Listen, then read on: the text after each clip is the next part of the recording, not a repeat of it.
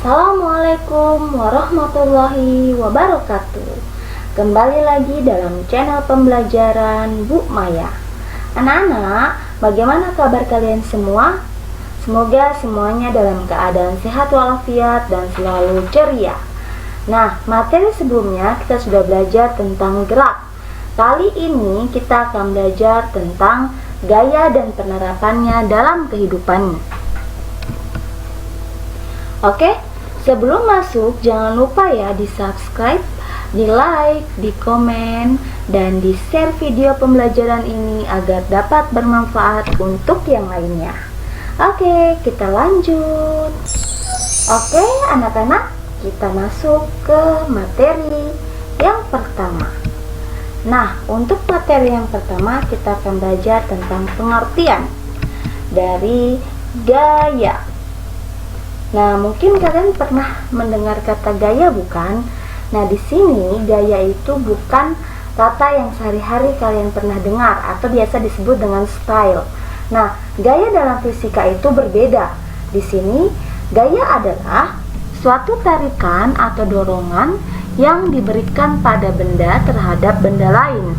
Gaya disimbolkan dengan huruf F atau biasa disingkat dari kata force. Satuan dari gaya adalah satuan internasional atau SI dari gaya, yaitu Newton atau biasa disingkat dengan simbol N besar. Adapun satuan gaya dalam sistem CGS yaitu Dyne. Nah, di sini besar gaya 1 Newton sama dengan 100.000 Dyne. Kemudian kita akan belajar tentang cara mengukur gaya. Gaya dapat diukur langsung dengan menggunakan neraca pegas atau biasa dengan menggunakan dinamometer. Nah, besarnya gaya yang diukur ditunjukkan oleh jarum penunjuk yang ada pada neraca pegas. Nah, anak-anak jangan lupa jenis-jenis gaya. Di sini gaya memiliki jenis-jenis. Yang pertama, gaya berdasarkan sifatnya itu dibedakan menjadi dua, yaitu gaya sentuh dan yang kedua adalah gaya tak sentuh. Nah, pertama gaya sentuh. Apa itu gaya sentuh? Gaya sentuh adalah gaya yang bekerja pada suatu benda dengan melalui sentuhan pada permukaan benda tersebut. Nah, gaya sentuh biasanya terjadi pada gaya otot, gaya gesek, dan gaya pegas. Kemudian yang kedua adalah gaya tak sentuh. Gaya tak sentuh ini adalah gaya yang terjadi jika gaya tidak bersentuhan dengan benda. Gaya tak sentuh biasanya terjadi pada gaya magnet, gaya listrik, dan gaya gravitasi. Oke, macam-macam gaya. Gaya itu dibedakan menjadi beberapa macam, yaitu pertama gaya berat, gaya normal, gaya tegangan tali, gaya gesekan, dan gaya tekan. Semua ini kita akan bahas ya anak-anak, jangan khawatir. Oke, gaya berat. Gaya berat adalah gaya gravitasi yang bekerja pada suatu benda. Jadi gaya berat itu dipengaruhi oleh gaya gravitasi. Kemudian yang kedua adalah gaya normal. Gaya normal adalah gaya sentuh yang timbul akibat sentuhan dua benda. Kemudian berikutnya adalah gaya tegangan tali. Gaya tegangan tali adalah gaya yang bekerja pada dua benda yang kemudian dihubungkan oleh tali. Dan berikutnya adalah gaya tekan. Gaya tekan adalah besarnya gaya yang dilakukan tiap satuan luas permukaan. Gaya tekan biasa juga disebut dengan tekanan. Dan yang terakhir adalah gaya gesek. Gaya gesek adalah gaya yang terjadi pada bidang sentuh antara permukaan dua benda. Arah gaya gesek ini berlawanan dengan arah gerak benda. Oke, yang berikutnya kita akan belajar tentang resultan gaya.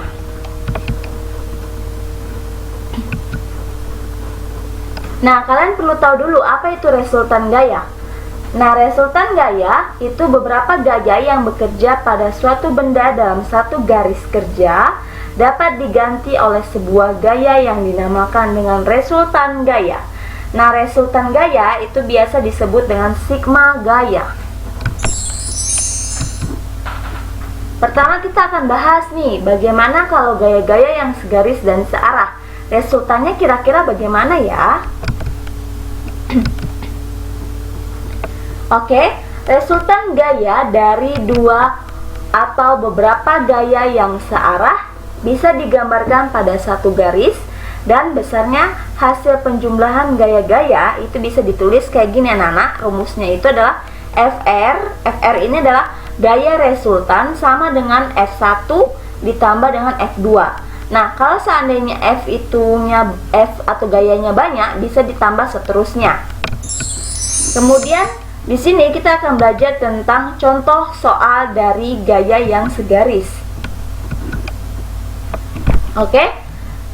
Contoh soalnya begini. Sebuah truk yang mogok di tengah jalan raya Jogja Solo kilometer 5 kemudian didorong oleh 3 orang dengan masing-masing memberikan gaya 60 Newton, 40 Newton, dan 100 Newton. Nah, berapakah gaya yang diberikan pada mobil tersebut?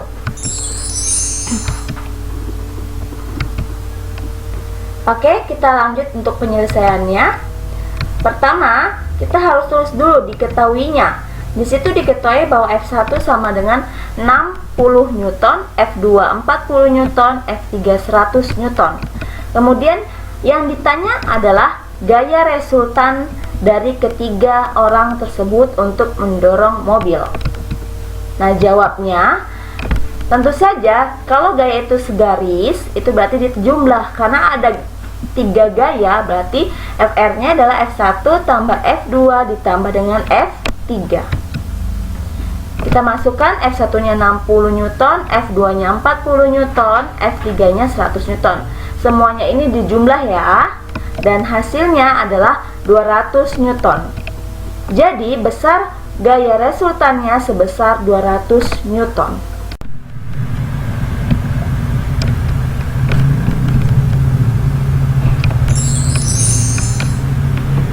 Oke, kita akan masuk ke gaya-gaya yang berlawanan arah dan segaris kerja.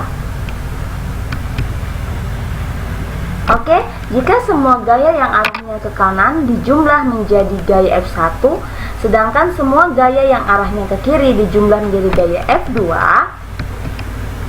maka gaya yang arahnya ke kanan itu berarti bernilai positif, dan benda yang arahnya ke kiri berarti negatif. Resultan gaya dari kedua gaya tersebut dirumuskan sebagai berikut. Jadi, setelah F1 dan F2 dicari, jadi resultan gaya adalah F2 dikurang dengan F1 apabila gaya yang keduanya lebih besar dan dari gaya yang pertama. Jadi F2 kurang F1. Tetapi jika gaya yang pertama lebih besar dibandingkan dengan gaya yang kedua, jadi F1 dikurang F2. Nah, ingat anak-anak, F ini adalah gaya dengan satuannya Newton. Oke, kita akan lanjut masuk ke contoh soal. Perhatikan gambar di bawah ini. Nah, anak-anak bisa lihat ya, ini adalah gambar balok yang berada di sebuah lantai dengan F1 60 Newton, F2-nya 90 Newton, dan F3-nya 100 Newton. Hitunglah resultan gaya pada gambar tersebut. Nah, kalian bisa lihat di sini penyelesaiannya. Pertama, kalian tulis dulu diketahuinya. Diketahuinya itu adalah F1-nya 60 Newton, F2-nya 90 Newton, dan F3-nya 100 Newton. Ingat ya, F1 dan F2 itu gaya yang searah. Nah, yang ditanyakan adalah gaya resultan atau FR-nya. Oke, kita jawab. Pertama yang harus kalian lakukan adalah hitung terlebih dahulu gaya yang searah, yaitu gaya F1 dan gaya F2. Di sini gaya F1 sama F2 dijumlah, yaitu F1 ditambah dan F2. Kenapa dijumlah, Bu Maya? Ya, karena gaya F1 dan F2 itu searah. Jadi kita jumlahkan terlebih dahulu. Jadi hasilnya 60 Newton ditambah 90 Newton adalah 150 Newton. Nah, setelah selesai dijumlah, kita lihat nih, dari F12 dan F3 itu mana yang lebih besar?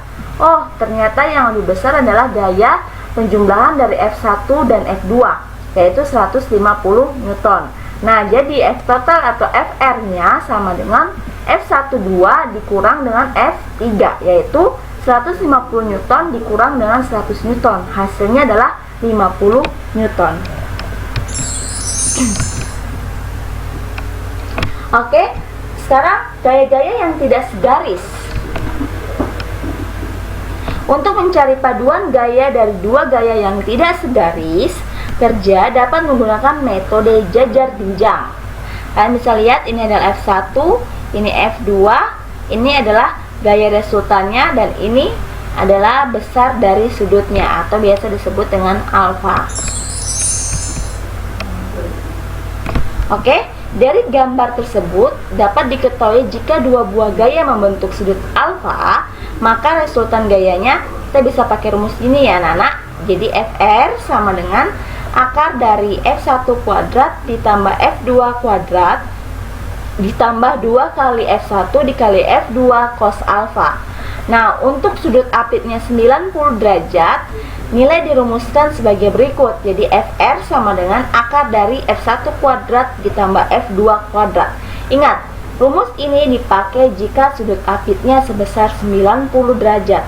Jika sudut apitnya tidak sama dengan 90 derajat, kalian bisa menggunakan rumus yang di atas.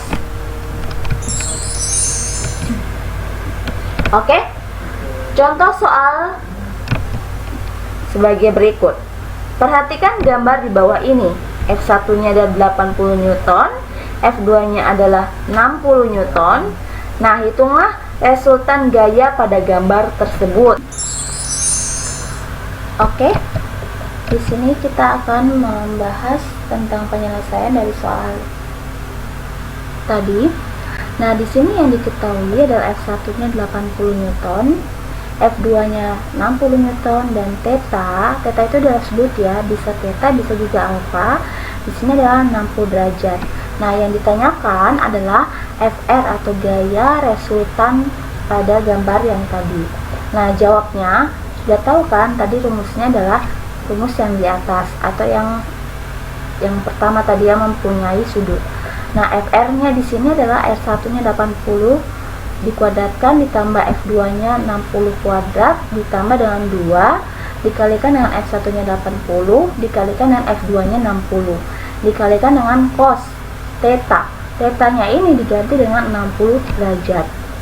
80 pangkat 2 itu adalah 80 dikali 80, yaitu 6.400 ditambah dengan 60 dipangkatkan 2, berarti 60 dikalikan dengan 60, yaitu 3.600 ditambah dengan 2 dikali 80 dikalikan dengan 60. Jadi 80 kali 60 ini adalah 4.800 dikalikan dengan 2, yaitu 9.600.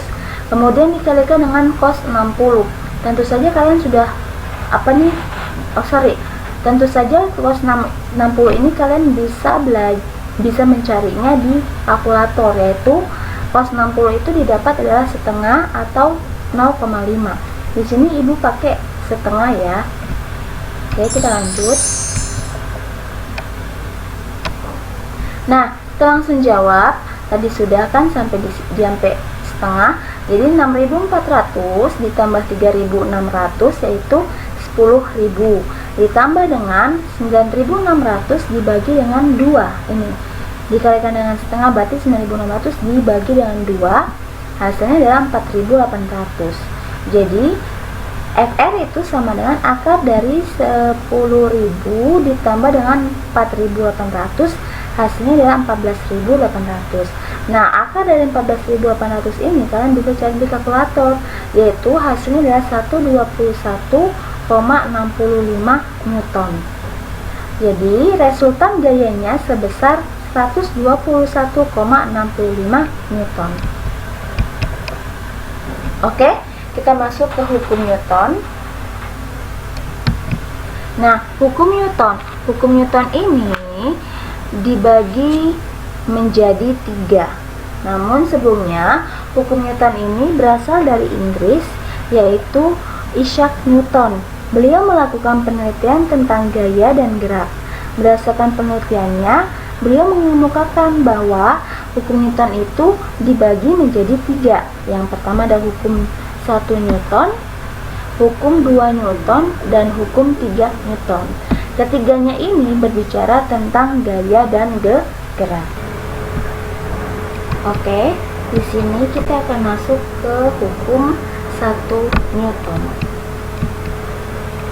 Nah, anak-anak, hukum 1 Newton ini cenderung mempertahankan keadaannya atau biasa disebut dengan sifat kemalasan benda untuk mengubah keadaan.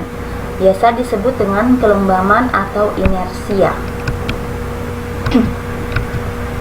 Nah, hukum 1 Newton ini berbunyi, jika resultan gaya yang bekerja pada benda sama dengan 0 atau tidak ada gaya yang bekerja pada benda, maka benda yang mula-mula diam akan tetap diam, dan benda yang mula-mula bergerak lurus beraturan akan tetap bergerak lurus beraturan. Dengan rumus sigma F sama dengan 0. Nah, anak-anak, sigma ini adalah penjumlahan atau jumlah gaya yang ada pada hukum 1 Newton. Nah, kemudian kita masuk ke hukum 2 Newton. Hukum 2 Newton berbunyi, percepatan yang ditimbulkan oleh gaya yang bekerja pada benda berbanding lurus dengan besar gayanya dan berbanding terbalik dengan massa benda. Secara matematis dapat dirumuskan A sama dengan sigma F dibagi dengan M, atau sigma F sama dengan M dikalikan dengan A.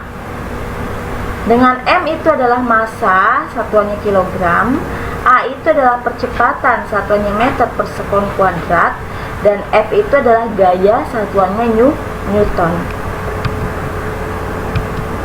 Oke, masuk ke hukum 3 Newton. Hukum 3 Newton berbunyi, jika benda pertama memberikan gaya pada benda kedua, maka benda kedua akan memberikan gaya yang besarnya sama tetapi arahnya yang berlawanan.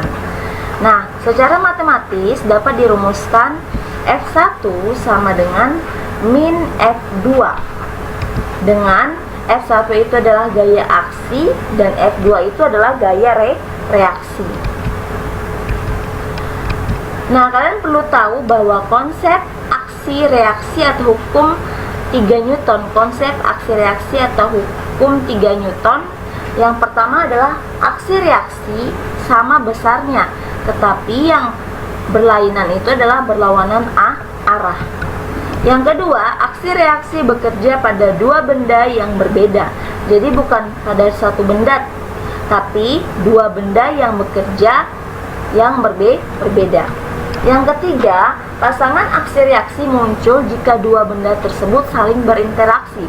Sedangkan kalau cuma satu benda yang saling berinteraksi itu bukan termasuk dalam konsep aksi reaksi.